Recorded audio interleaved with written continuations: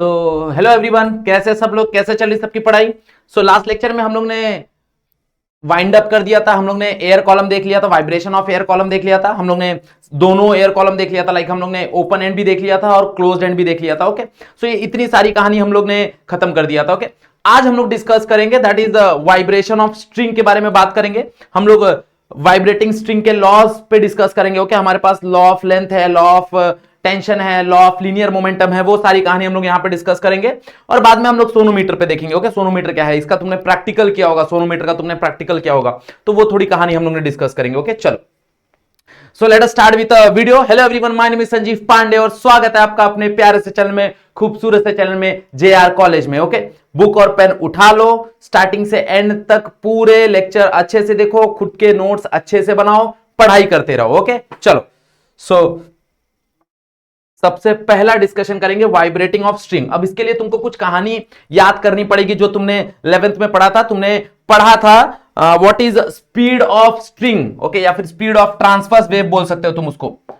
तो speed of spring और speed of string, हाँ, स्पीड ऑफ वेव या फिर स्प्रिंग वेव बोल दो या ट्रांसवर्स वेव बोल दो, ट्रांसवर्स वेव इन स्ट्रिंग। तो अगर तुमको याद होगा तो हमने एक फॉर्मूला पढ़ा था, that is v is equals to under root of t by mu. Okay, where t is the tension in the string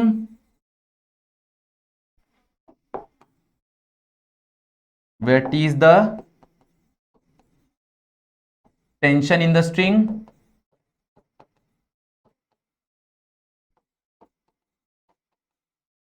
okay, और म्यू जो है वो है लीनियर मोमेंटम बोल रहा हूं, linear density not momentum, linear density not momentum, हाँ, जिसको हम रिप्रेजेंट करते हैं, अगर तुमको याद होगा, that is mass by length. क्यों मास बाय लेंथ हम ले रहे हैं? क्योंकि हमको पता है भाई, जब हम स्ट्रिंग की बात करते हैं तो स्ट्रिंग का कोई डायामीटर नहीं है, मतलब वो निग्लेजिबल डायामीटर है। सिंस वहां पे निग्लेजिबल डायामीटर है तो उसका वॉल्यूम नहीं रहेगा, तो उसका हम वॉल्यूम डेंसिटी डिस्कस नहीं कर सकते। वहां पे जो भी उसका मास डिस्ट्रीब्यूटेड है वो सिर्फ उसके लेंथ के अलोंग डिस्ट्रीब्यूटेड है, तो वहां पे हम उसको डिफाइन करने के लिए लीनियर मोमेंटम की कहानी लेते हैं। ओके, म्यू लेते हैं, यस और नो। अब ये फॉर्मूला तो हमको पता ही है, हमको एक और चीज पता है, that is your general equation और general velocity of wave. Velocity is also given by, हमको एक और फॉर्मूला पता है, अगर तुमको पता होगा, that is v is equals to n lambda, where n is frequency and lambda is wavelength.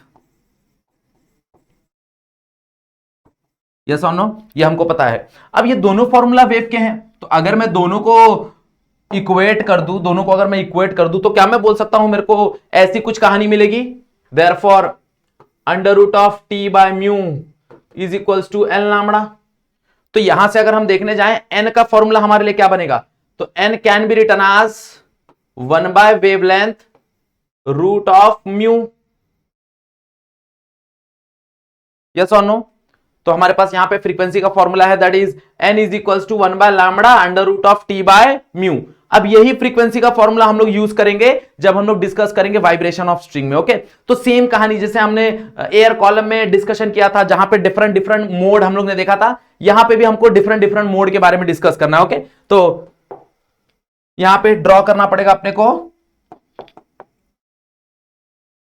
तुम्हारा स्ट्रिंग वाइब्रेशन। तो मान लो कि हम लोग स्ट्रिंग को दो टर्मिनल में फिक्स्ड कर दे रहे हैं, दो पार्ट के बीच में फिक्स्ड कर दे रहे हैं। ओके,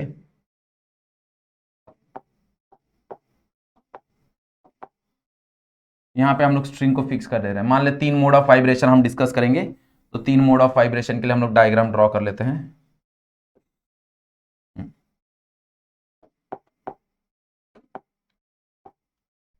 ओके, यहां पे इसको फिक्स किया गया, हमने दोनों एंड को हमने फिक्स कर दिया है। और ये याद रखना, जहां पे फिक्स्ड होता है वहां पे नोड बनता है, और जहां पे फिक्स्ड नहीं होता है वहां पे एंटी नोड बनता है। ओके, ये चीज दिमाग में बैठा के रखना। सेम कहानी एयर कॉलम में हमने डिस्कस की थी, मैंने तुमको बताया था कि जहां पे तुम्हारा क्लोज्ड एंड है, क्लोज्ड एंड पे हमेशा क्या बनेगा, क्लोज्ड एंड पे हमेशा नोड बनेगा, और जो ओपन एंड है, ओपन एंड पे हमेशा तुम्हारा एंटी नोड बनेगा। सेम चीज स्ट्रिंग में याद रखो, स्ट्रिंग के लिए याद रखना, स्ट्रिंग के लिए कहानी याद रखना कि अगर स्ट्रिंग एंड फिक्स्ड है, ओके फिक्स्ड है, तो वहां पे नोड बनने वाला है, और अगर फिक्स्ड नहीं है, नॉट फिक्स्ड, तो वहां पे एंटी नोड बनने वाला है। ये चीज दिमाग में बैठा लेना, ये चीज कहीं ना कहीं नोट डाउन कर लेना, ओके मार्जिन में कहीं कहीं तुम्हारे बुक में नोट डाउन कर लेना कि अगर स्ट्रिंग के बारे में हम बात कर रहे हैं तो जो फिक्स्ड है, जैसे यहां पे फिक्स्ड है, तो फिक्स्ड है मतलब यहां पे क्या बनने वाला है, यहां पे तुम्हारा नोड बनने वाला है, ये that is fix, that is fix, okay. But मान लो स्ट्रिंग ऐसा है कि भाई यहां पे फिक्स्ड नहीं है, सिर्फ एक ही जगह फिक्स्ड है, तो स्ट्रिंग को जब वो तुम करोगे ना तो वो ऐसा एंटी नोड, एक जगह वो एंटी नोड बनाएगा, मतलब यहां पे एंटी नोड बनाएगा, जहां पे वो फिक्स नहीं है वहां पे वो एंटी नोड बनाएगा। ये चीज दिमाग में बैठा लेना, ये बहुत काम की चीज है, तो ये चीज दिमाग में बैठा लेना, नोट डाउन करके कहीं ना कहीं लिख लेना, ओके। चलो अब यहां पे देखते हैं, तो फर्स्ट मोड ऑफ वाइब्रेशन हम लोग बनाएंगे। फर्स्ट मोड ऑफ वाइब्रेशन मतलब हमको पता है कि दोनों तरफ हमको क्या दिखना चाहिए, दोनों तरफ हमको नोड आना चाहिए, दोनों के दोनों तरफ हमको नोड आना चाहिए, मतलब ऐसा कुछ बनेगा, यस और नो, कुछ ऐसा हमको देखने मिलेगा, ओके। चलो तो यहां पे ड्रॉ करने की कोशिश करते हैं, तो फर्स्ट मोड में यहां नोड आएगा, ऐसा कुछ बनेगा, और यहां पे भी नोड आएगा, ऐसा कुछ बनेगा, ओके। को थोड़ा सा डॉट डॉट डॉट बनाते हैं,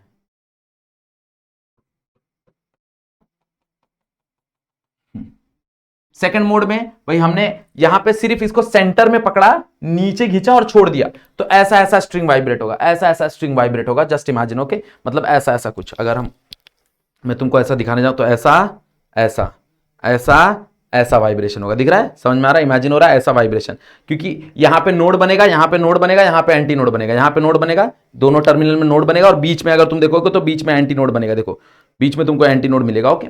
तो यहां पे नोड बन रहा है, ये नोड और ये एंटी नोड, यहां पे एंटी नोड है, ओके।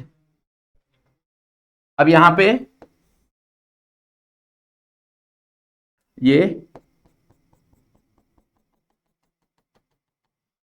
यहां पे कहानी बदल जाएगी, ये हो गया तुम्हारा नोड, ये हो गया तुम्हारा नोड, ये हो गया तुम्हारा नोड, यहां कहीं तुमको मिलेगा एंटी नोड, यहां कहीं तुमको मिलेगा एंटी नोड। इसको सेकंड मोड ऑफ वाइब्रेशन बोल देंगे हम, क्या बोल देंगे, सेकंड मोड ऑफ वाइब्रेशन बोल देंगे। मतलब अब क्या कर रहे हैं, हम स्ट्रिंग को दो जगह से पकड़ रहे हैं, एक हम उसको नीचे कर रहे हैं और एक ऊपर कर रहे हैं, तो जब ये ऐसा ऐसा वाइब्रेट होना चालू होगा, ऐसा ऐसा वाइब्रेट होना चालू होगा, ओके। मतलब यहां पे तुमको दो लूप मिलेगा, यहां पे एक लूप, उसके बाद बनाओगे बट ऑब्वियस है 3 लूप मिलेगा, तो कुछ ऐसी कहानी बनेगी, कुछ ऐसी कहानी बनेगी, 3 लूप की कहानी। यहां पे तुमको नोड मिलेगा, यहां पे तुमको एंटी नोड मिलेगा, यहां पे तुमको नोड मिलेगा, यहां पे तुमको एंटी नोड मिलेगा, यहां पे तुमको नोड मिलेगा, यहां पे तुमको एंटी नोड मिलेगा। क्लियर, यस और नो, हाँ या ना, ओके। सिंपल, इसको नाम दे दो तुम्हारा first mode of vibration, first mode of vibration, इसको नाम दे दो तुम लोग second mode of vibration,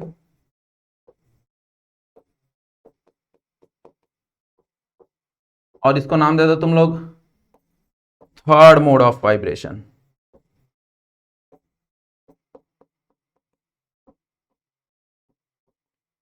okay, अब अगर हम ध्यान दें तो सबका लेंथ तो सेम ही रहेगा, the length of the string will same, L तो सब में सेम ही रहने वाला है, यस और no, the length will same. But अगर हम वेवलेंथ देखें तो वेवलेंथ की कहानी सब में अलग अलग रहेगी, देख लो यहां पे एंटी नोड, तो दो एडजेसेंट एंटी नोड के बीच का जो वेवलेंथ होता है वो कहीं ना कहीं हमको पता है λ/2 होता है। अब यहां पे देखो λ/2, तो यहां पे कंप्लीट वेव बन रहा है, मतलब यहां पे जो वेवलेंथ होगा वो लैम्बडा होगा, तो लेट्स से उसको λ1 नाम दे देते हैं। यहां पे देखो, यहां पे अगर हम कहानी देखें तो अलग है, ये λ/2, ये λ/2, ये λ/2, मतलब यहां पे हमारे पास 3 λ/2 है, तो ये हो गया 3 λ/2, तो इसको कुछ λ2 नाम दे देते हैं, क्या नाम देते हैं, λ2 नाम दे देते हैं। क्लियर, यस और नो। अब अपने को कहीं ना कहीं इसका मोड डिस्क्राइब करना पड़ेगा, इसकी फ्रीक्वेंसी कैलकुलेट करनी पड़ेगी कि इसमें हार्मोनिक प्रेजेंट है कि ओवरटोन प्रेजेंट है, ये हमको बताना पड़ेगा, सेम जो हमने इसके पहले वाली कहानी में बताया था, ओके। तो let us start with harmonic. तो सबसे पहला फर्स्ट मोड ऑफ वाइब्रेशन हम डिस्कस कर लेते हैं, okay. First mode of vibration, तो for first mode, for first mode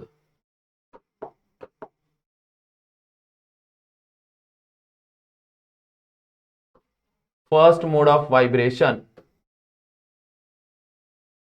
okay, तो क्या हम लोग बोल सकते हैं फर्स्ट मोड ऑफ वाइब्रेशन के लिए कि भाई इसका जो लेंथ है दिस एल, ये जो एल तुमको दिख रहा है, क्या ये एल इस लैम्बडा बाय 2 के बराबर नहीं होगा? ध्यान से देखो जरा। ओके, ये जो एल है ये क्या इस लैम्बडा बाय 2 के बराबर नहीं होगा? यस होगा, आया ना?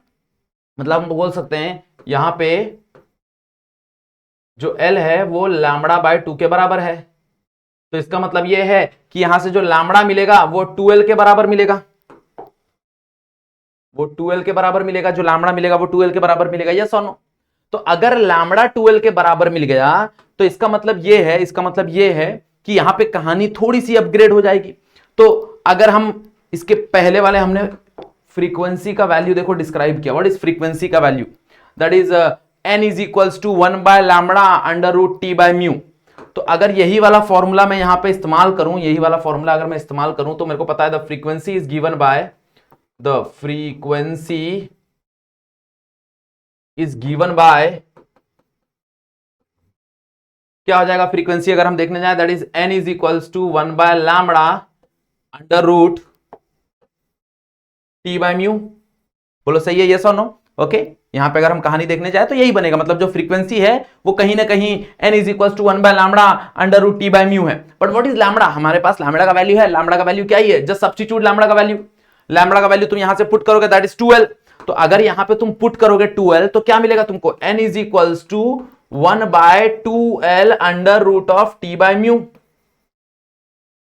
And this is the harmonic frequency, this is the first fundamental frequency. मतलब अगर मान लो तुम्हारे पास एक एल लेंथ का स्ट्रिंग है और उस तुमने कुछ टी टेंशन लगाया हुआ है और लेस से उसकी जो लीनियर डेंसिटी है वो म्यू है, तो first frequency, first basic frequency जो उसमें से निकल सकती है वो ये है। मतलब जो वो जिस फ्रीक्वेंसी से वो वाइब्रेट कर सकता है, वो जो स्ट्रिंग, मान लो कि अगर एक स्ट्रिंग है, इस पे मैंने टी टेंशन लगाया हुआ है और मान लो कि इसका जो लेंथ है वो एल है और इसकी लीनियर डेंसिटी म्यू है, तो सबसे मिनिमम जो सबसे फर्स्ट वाइब्रेशन इसका जो निकलेगा, सबसे फर्स्ट फ्रीक्वेंसी जो इसकी कैलकुलेट होगी वो इससे कैलकुलेट होगी। इससे छोटी और कोई फ्रीक्वेंसी नहीं आ सकती, इससे छोटी और कोई फ्रीक्वेंसी नहीं आ सकती। So this fundamental frequency is called, this fundamental frequency is called first harmonic, this fundamental frequency is called first harmonic। clear, yes or no? हाँ या ना? समझा कहानी? अब सेकंड में क्या हो जाएगा देखो जरा, सेकंड में कुछ अलग दिमाग नहीं लगाना है हमको। सेकंड में क्या हो जाएगा? सेकंड में हो जाएगा लैम्बडा 1 किसके बराबर है? लैम्बडा 1 बराबर है, अगर तुम देखोगे तो एल के बराबर है। मतलब यहां पे जो भी लैम्बडा है वो पूरा का पूरा लेंथ के बराबर हो जाएगा। बस वही स्टेप है, यहां पे कहानी वही है, बस बहुत ज्यादा कुछ बदलाव नहीं आएगा। तो हम बोल सकते हैं यहां पे for second mode of vibration, for second mode of vibration, for second mode of vibration क्या हो जाएगा? जो तुम्हारा एल रहेगा वो लैम्बडा के बराबर हो जाएगा और लेस से लैम्बडा 1 की नाम दे देते हैं, उसको क्या नाम देते हैं? लैम्बडा 1 नाम दे देते हैं। मतलब हमारा जो लेंथ है वो लैम्बडा 1 के बराबर रहेगा। तो अगेन फ्रीक्वेंसी किसके बराबर हो जाएगा देखो जरा। तो मेरे से पहले वीडियो पॉज करो, मेरे से पहले लिखो, that is n is equals to lambda 1 into root of t by mu. Okay, root of t by mu. But what is lambda 1? Lambda 1 is nothing but l. भाई जो लैम्बडा 1 है वो L के बराबर है, तो यहां पे लिख दो n1, इसको n1 लिख दो। n1 is equals to 1 by l under root T by mu. अब मेरे को इसको कंपेयर करना है with respect to harmonic, harmonic के साथ कंपेयर करने के लिए नीचे ऊपर 2 2 आना चाहिए, तो नीचे ऊपर 2 2 लिख दो। तो क्या हो जाएगा therefore n1 is equals to 2 divide by 2l under root of t mu. अब जरा ध्यान दे दो, ये वाले इसके ऊपर ध्यान दे दो। दिस, ये जो इतना दिख रहा है ये क्या है? This is the fundamental frequency, yes और नो? तो अगर ये फंडामेंटल फ्रीक्वेंसी है तो यहां पे मैं बोल सकता हूं n1 बराबर हो जाएगा ट्वाइस ऑफ n। तो ये जो ट्वाइस ऑफ n है that is nothing but your second harmonic, that is nothing but your second harmonic. So this is second harmonic and first overtone. N1 क्या रिप्रेजेंट कर रहा है? N1 रिप्रेजेंट कर रहा है ओवरटोन, तो ये हो जाएगा फर्स्ट ओवरटोन।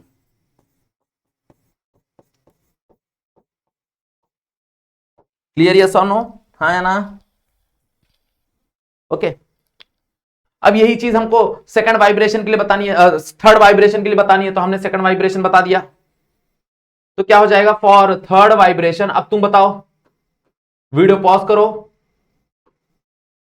और सॉल्व करने की कोशिश करो कैसे आएगा third vibration.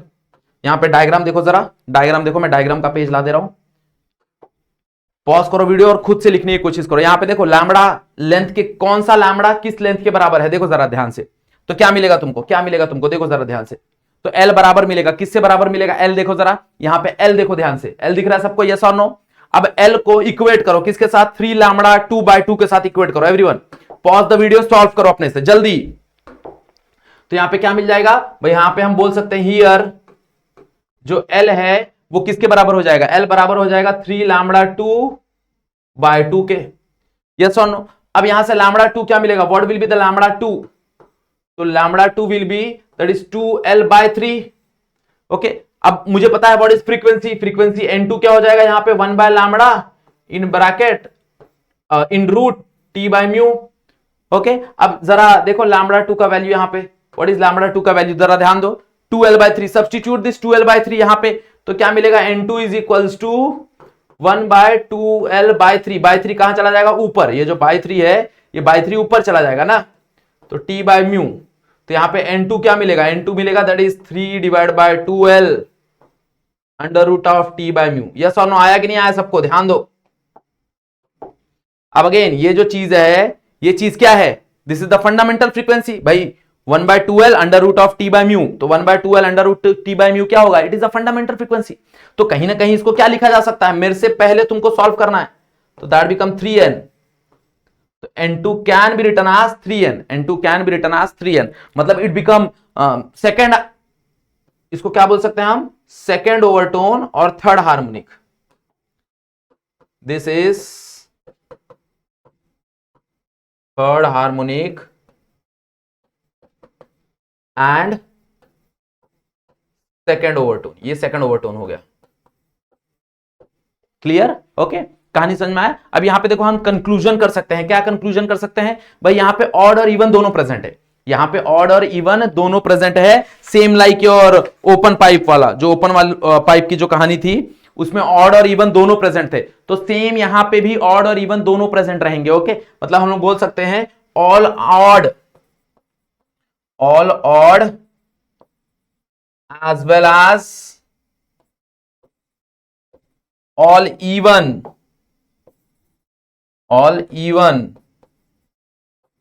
harmonic present in the vibration of string।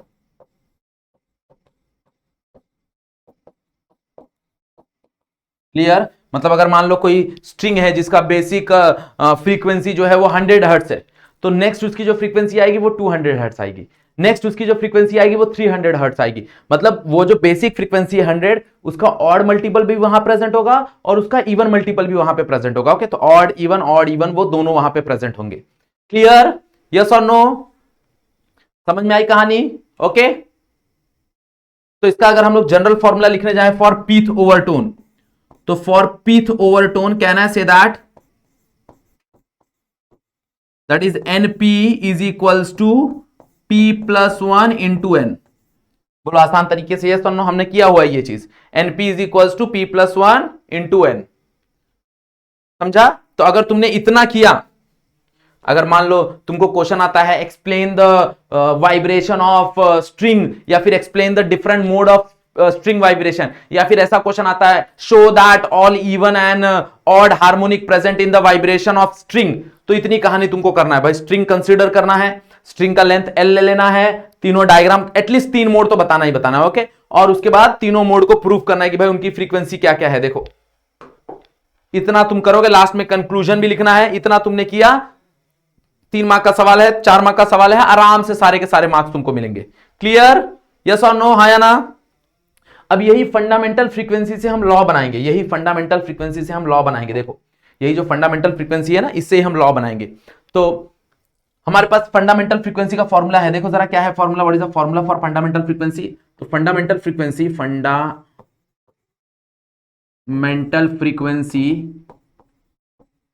Fundamental frequency जो है, देखो क्या है, that is n is equals to 1/2L under root of T by mu.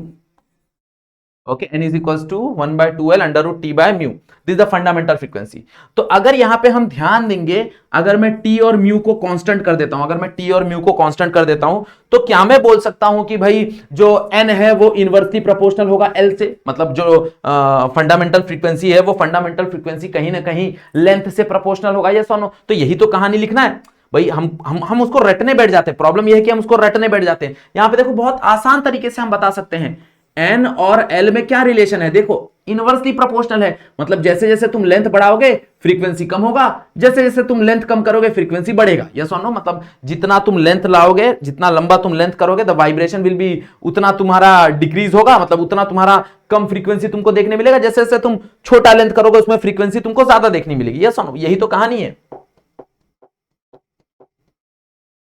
Clear. तो यहां पे हम बोल सकते हैं, जिसको हम बोलते हैं law of length, law of length, और यही हम वेरीफाई करेंगे सोनोमीटर की मदद से। लॉ ऑफ लेंथ क्या बोलता है, if tension in the string and linear density of string are constant,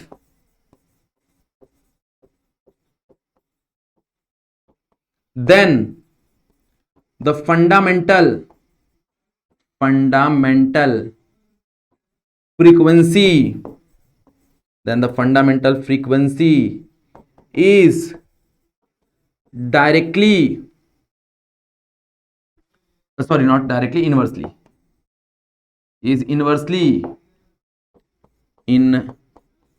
inversely proportional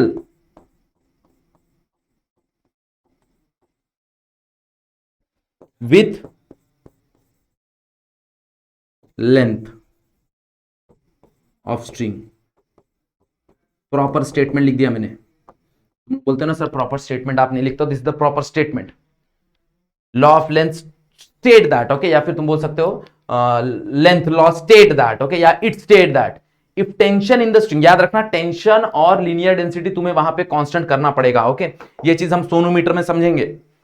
तो अगर तुम्हारा टेंशन और म्यू कांस्टेंट है, ओके, तो कहीं ना कहीं तुम बोल सकते हो कि तुम्हारा जो फंडामेंटल फ्रीक्वेंसी है वो कहीं ना कहीं इनवर्सली प्रोपोर्शनल हो जाएगा, किसके साथ, लेंथ के साथ, हाँ या ना। ये कहीं ना कहीं हम बोल सकते हैं। तो हम लिख सकते हैं कि देयरफॉर n जो है वो इनवर्सली प्रोपोर्शनल है l के साथ।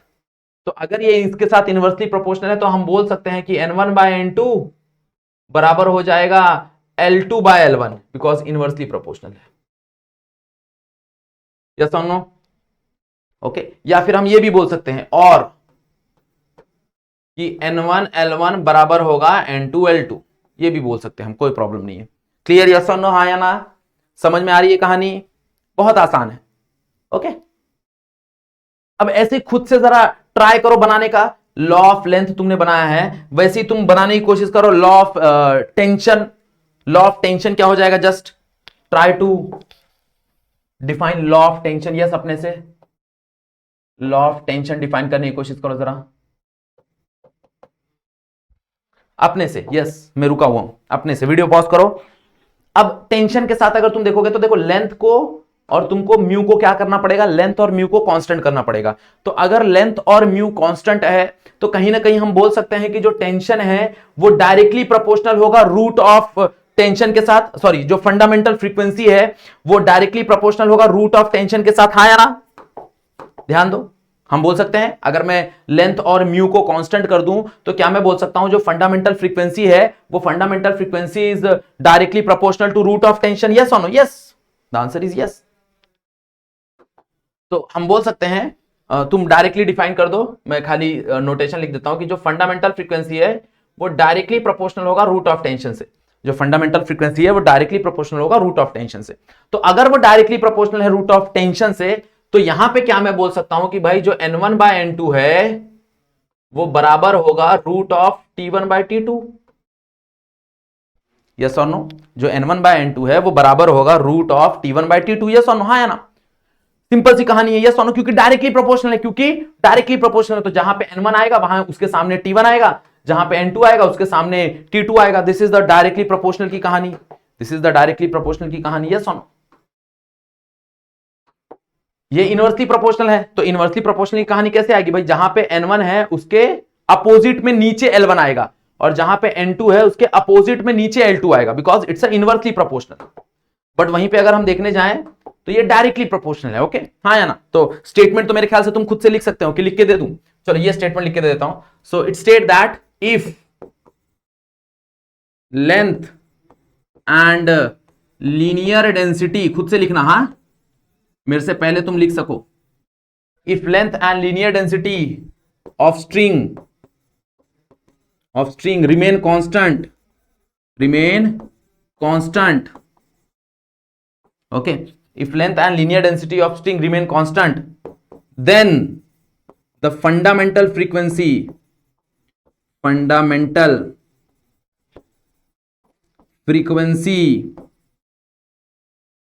is directly proportional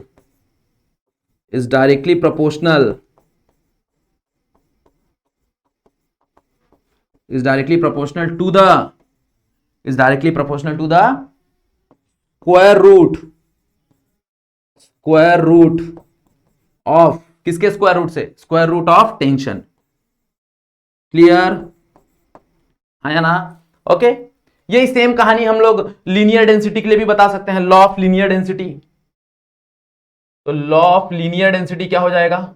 और ये सवाल आया हुआ है, याद रखना, ये सवाल आया हुआ सवाल है। ओके, ये सवाल हमको एग्जाम में 2 मार्क के लिए पूछा जाता है। लॉ ऑफ टेंशन बता दो, लॉ ऑफ लेंथ बता दो। ओके, तो यहां पे अगर हम देखने जाए, अगेन कंपेयर करो, अगेन ये डायग्राम देखो, ये फॉर्मूला देखो क्या है भाई। एन और म्यू में रिलेशन देखो, एन और म्यू में कैसा रिलेशन है? पॉज करो, कमेंट करो फटाक से। जब तुम वीडियो देख रहे हो पॉज करो, अगर तुम पॉज करके कमेंट करोगे तो मुझे समझ में आएगा कि भाई तुम वीडियो अच्छे से देख रहे हो कि नहीं देख रहे हो। ओके, तो एन और म्यू में देखो क्या रिलेशन है? इनवर्सली प्रोपोर्शनल का रिलेशन है। यस और नो? ये इनवर्सली प्रोपोर्शनल का रिलेशन है। तो अगर इनवर्सली प्रोपोर्शनल का रिलेशन है तो खुद से डिफाइन करने की कोशिश करो, देखो क्या होगा। तो हम बोल सकते हैं कि भाई जो एन है वो इनवर्सली प्रोपोर्शनल है रूट ऑफ म्यू के साथ। ओके, वो इनवर्सली प्रोपोर्शनल किसके साथ? रूट ऑफ म्यू के साथ। तो अगर वो रूट ऑफ म्यू के साथ इनवर्सली प्रोपोर्शनल है तो therefore I can write N1/N2 बराबर होगा अंडर रूट ऑफ μ2/μ1। यस और नो? हाँ या ना? ये एक कहानी बता सकते हैं हम। एक और कहानी हम बता सकते हैं, दैट इज कि भाई म्यू जो लीनियर डेंसिटी है वो हमेशा बराबर होता है तुम्हारा इससे वॉल्यूम डेंसिटी के साथ। सो वी नो दैट जो म्यू है वो हमेशा एरिया इंटू रो होता है। ओके, एरिया इंटू क्या होता है? रो होता है। ये कैसे होता है मैं बता देता हूं, देखो सिंपल सी कहानी है। जो रो है that can be written as mass by volume. Okay, and this volume can be written as that is area into length. और ये जो मास बाय लेंथ है, इसी मास बाय लेंथ को हम लिखते हैं लीनियर डेंसिटी। तो ये जो लीनियर डेंसिटी है और ये एरिया को उधर भेज दो, तो area into density become your linear density. Okay, area into your volume density जो है रो, जिसको हम लिखते हैं वॉल्यूम डेंसिटी। इन दोनों में रिलेशन। ओके, इन दोनों में क्या रिलेशन है भाई? इन दोनों में रिलेशन है कि म्यू जो है वो हमेशा ए टाइम्स ऑफ रो होता है। क्या होता है? ए टाइम्स ऑफ रो होता है। तो अगर हम देखने जाए, अगर हम प्रोपोर्शनलिटी की बात कर रहे हैं तो area can be written as pi r square, because generally हमारे पास जो स्ट्रिंग होगा उसका जो क्रॉस सेक्शनल एरिया होगा वो सर्कुलर ही होगा। तो ये क्रॉस सेक्शनल एरिया है। This a is nothing but a cross sectional area. Cross sectional area है ये। Okay, and rho is your volume density, जो हम पढ़ते हैं mass by volume, volume density. Okay, तो यहां पे अगर हम ध्यान दें तो यहां पे क्या हो जाएगा भाई? पाई आर स्क्वायर म्यू का वैल्यू इंटू रो। अब ये म्यू का वैल्यू यहां पे लिखने की कोशिश करते हैं तो क्या मिलेगा मेरे को? जो एन है वो डायरेक्टली इनवर्सली प्रोपोर्शनल है root of pi r square rho. तो पाई तो यहां पे कांस्टेंट है, तो पाई को एलिमिनेट कर दो, एलिमिनेट मतलब वो कांस्टेंट है, मैं उसको हटा दो। तो क्या मैं बोल सकता हूं जो n है वो इनवर्सली प्रोपोर्शनल है root of r square into rho, है ना। अब आर स्क्वायर है तो बाहर आ जाएगा, तो I can say that n is inversely proportional to r, और I can say that n is inversely proportional of 1 by root of rho. मतलब वो डेंसिटी के साथ भी इनवर्सली प्रोपोर्शनल है और उस रेडियस के साथ भी इनवर्सली प्रोपोर्शनल है। बोलो यस तो नो, हाँ या ना। ओके मतलब अगर कहीं पे तुमको रेडियस के साथ रिलेशन पूछा तो तुम ये वाली कहानी ये कर सकते हो, और अगर डेंसिटी के साथ पूछा तो तुम ये वाली कहानी रिलेट कर सकते हो। क्लियर? ओके तो यहां पे बेसिकली हमको 5 प्रोपोर्शनलिटी मिल गया। लेंथ के साथ इनवर्सली प्रोपोर्शनल है, टेंशन के साथ डायरेक्टली प्रोपोर्शनल है रूट में, लीनियर डेंसिटी के साथ इनवर्सली प्रोपोर्शनल है रूट में, रेडियस साथ इनवर्सली प्रोपोर्शनल है, और डेंसिटी वॉल्यूम डेंसिटी के साथ इनवर्सली प्रोपोर्शनल है रूट में। क्लियर? हाँ या ना। अब इसको वेरीफाई करने के लिए हमको सोनोमीटर की मदद लगती है। ओके सोनोमीटर की कहानी क्या है, एकदम आसान है, तुमने शायद से एक्सपेरिमेंट कर लिया होगा इसका। ओके इसको बोलते हैं साउंड बॉक्स, लकड़ी का बना होता है ये, यहां पे स्ट्रिंग लगा होता है, स्ट्रिंग से ये वेट अटैच होता है, समथिंग ये वेट है, वेरिएबल वेट है, हमारे हिसाब से हम इसको चेंज कर सकते हैं, और यहाँ पे 2 नाइफ जैसा वेज जैसा स्ट्रक्चर लगा होता है। ओके और जो लेंथ होता है, जो इफेक्टिव लेंथ होता है वो इनके बीच में ही होता है, इनके बीच का जो लेंथ होता है वो हमारे लिए इफेक्टिव लेंथ होता है। तो हम क्या करते हैं भाई, हम एक पेपर, पहला लॉ हम वेरीफाई करते हैं जिसको हम बोलते हैं लॉ ऑफ लेंथ। तो लॉ ऑफ लेंथ को हम वेरीफाई करते हैं। तो लॉ ऑफ लेंथ को वेरीफाई करने के लिए हमको 2 चीज कांस्टेंट करना पड़ेगा, दैट इज टेंशन। तो यहां पे जो टेंशन है वो mg के बराबर है। ओके जो भी यहां पे तुमको टेंशन मिल रहा है वो टेंशन किसके बराबर मिल रहा है, mg के बराबर मिल रहा है। तो जितना तुम्हारा वेट होगा वही तुम्हारा टेंशन होगा। हम कंसीडर कर रहे हैं कि ये जो पुली है ये वेटलेस पुली है और फ्रिक्शनलेस पुली है, ऐसा हम मान के चल रहे हैं। ओके ये सुनो हाँ या ना। ओके तो यहां पे क्या हो रहा है भाई, यहां पे हम रखेंगे एक पेपर क्लिप, छोटा सा पेपर क्लिप रखते हैं हम, यहां पे एक छोटा सा पेपर क्लिप रखते हैं हम, पेपर क्लिप रखते हैं, और हम ट्यूनिंग फॉर्क लेते हैं, ट्यूनिंग फॉर्क को ऐसा मारते हैं, वो वाइब्रेट करता है, इसके ऊपर रखते हैं, और जो ट्यूनिंग फॉर्क का वाइब्रेशन इससे मैच होगा तो रेजोनेंस क्रिएट होगा, और उस रेजोनेंस में क्या होगा भाई, ये जो तुम्हारा पेपर क्लिप है वो गिर जाएगा। ओके तो जब वो गिर जाएगा तो इसका मतलब ये है कि ये जो ट्यूनिंग फॉर्क की फ्रीक्वेंसी है जो कि हमको नोन है, वही तुम्हारा स्ट्रिंग का फ्रीक्वेंसी बन जाएगा, वही तुम्हारा स्ट्रिंग का फ्रीक्वेंसी बन जाएगा। ओके तो हमने एक बार n1 फ्रीक्वेंसी लेना है, n1 फ्रीक्वेंसी लेने के बाद उसका लेंथ नोट डाउन करना है जब वो गिरा, और उसको मल्टीप्लाई करना है। तो यहां पे एक वैल्यू आएगा, समथिंग कांस्टेंट वैल्यू आएगा, मतलब कांस्टेंट मतलब कुछ तो वैल्यू आएगा, और यही फिर हमको क्या करना है, इसका लेंथ चेंज करना है। We have to change the length, इसका ये जो वेज है ना इसको आगे पीछे करना है, और उसके बाद सेम एक्सपेरिमेंट करना है। तो हमको कुछ तो n2 L2 मिलेगा। अब ये दोनों कांस्टेंट मिलेंगे, मतलब दोनों सेम वैल्यू ही मिलेंगे, ये दोनों सेम वैल्यू मिलेंगे। अगर तुम देखने जाओ प्रैक्टिकली तो ये सेम वैल्यू मिलेंगे दोनों। अब ये दोनों सेम वैल्यू मिल रहे हैं, मतलब क्या है कि भाई n1 is inversely proportional to L1, मतलब कहीं ना कहीं फ्रीक्वेंसी और लेंथ में वो इनवर्सली प्रोपोर्शनल है। अब यही अगर मेरे को लॉ ऑफ टेंशन प्रूफ करना है, तो लॉ ऑफ टेंशन प्रूफ करने के लिए क्या करना पड़ेगा, लॉ ऑफ टेंशन प्रूफ करने के लिए भाई मेरे को यहां पे लेंथ को फिक्स्ड करना पड़ेगा। तो ये जो लेंथ है उसको फिक्स्ड कर दो। अब मतलब ये जो तुम्हारा नाइफ है, ये जो वेज है, इसको तुम नहीं मूव कराओगे। ओके और इसके अंदर हम वेट चेंज करेंगे, क्योंकि अगर हम वेट चेंज करेंगे तो उस वेट चेंज करने की वजह से इसके अंदर का जो फ्रीक्वेंसी है वो चेंज होगा। तो कहानी सेम है, यहां पे क्या होगा, जैसे जैसे हम वेट बढ़ाएंगे इसकी फ्रीक्वेंसी भी बढ़ते जाएगी। मतलब क्या होगा कि पहले हम कुछ तो n1 कैलकुलेट करेंगे और उसको रूट ऑफ t1 करेंगे, कुछ तो मेरे को वैल्यू मिलेगा समथिंग कांस्टेंट वैल्यू, और n2 कराएंगे उसमें रूट ऑफ t2 कराएंगे, उसको divide by root of t2 कराएंगे, समथिंग कांस्टेंट वैल्यू मिलेगा, और ये दोनों वैल्यू हमको क्या मिलेगा, सेम मिलेगा, सेम टू सेम। तो यहां पे हम बोल सकते हैं कि भाई जो फ्रीक्वेंसी है और जो ये है टेंशन है वो कहीं ना कहीं आपस में इनवर्सली डायरेक्टली प्रोपोर्शनल है। क्या है, डायरेक्टली प्रोपोर्शनल है। क्लियर, यस और नो। तो ये कहीं ना कहीं ज्यादा करके एक्सपेरिमेंटल सवाल है, इसके ऊपर ज्यादा करके तुमको थियरी सवाल नहीं पूछा जाता। हाँ जो न्यूमेरिकल आते हैं तुमको वो इसके ऊपर आते हैं। तो ये बहुत इंपॉर्टेंट है, ये जो न्यूमेरिकल वाली कहानी है ना ये बहुत इंपॉर्टेंट है, बहुत ही इंपॉर्टेंट फॉर्मूला है ये, that is n is equal to 1/2L under root t by mu. ये बहुत इंपॉर्टेंट है। क्लियर, यस और नो। तो यहां पे आज हम लोग ने सारी कहानी like vibration of string discuss कर लिया, law of vibrating string discuss कर लिया, सोनोमीटर डिस्कस कर लिया। ओके, अगेन मैं बोल रहा हूं सोनोमीटर के ऊपर जो तुम्हारा एक्सपेरिमेंट है वो ज्यादा सवाल आता है, इसके ऊपर तुमको थियरी सवाल बहुत कम मिलते हैं। ओके चलो, तो आज का वीडियो यहीं पे एंड करेंगे। अगर वीडियो फर्स्ट टाइम देख रहे हो तो लाइक करो, पसंद आ रहा है लाइक करो, शेयर करो, दोस्तों को बताओ यहाँ पे जेआर कॉलेज में 11th 12th सारे के सारे सब्जेक्ट, सारे के सारे टॉपिक अवेलेबल हैं। कुछ डाउट है तो यहाँ पे मैंने इंस्टाग्राम का आईडी दिया हुआ है, वहां पे डीएम कर लो। हम लोग ने एक ग्रुप बनाया हुआ है, दैट इज फिजिक्स रूम, वो तुम ज्वाइन कर सकते हो। वहां पे हम डिस्कशन करते हैं, जो भी हमारा इंपॉर्टेंट टॉपिक वगैरह जो होता है वो हम डिस्कस करते हैं। ओके चलो, सो आज का लेक्चर यहीं पे एंड करते हैं। आज के लिए बस इतना ही। That's it for today. Thank you so much.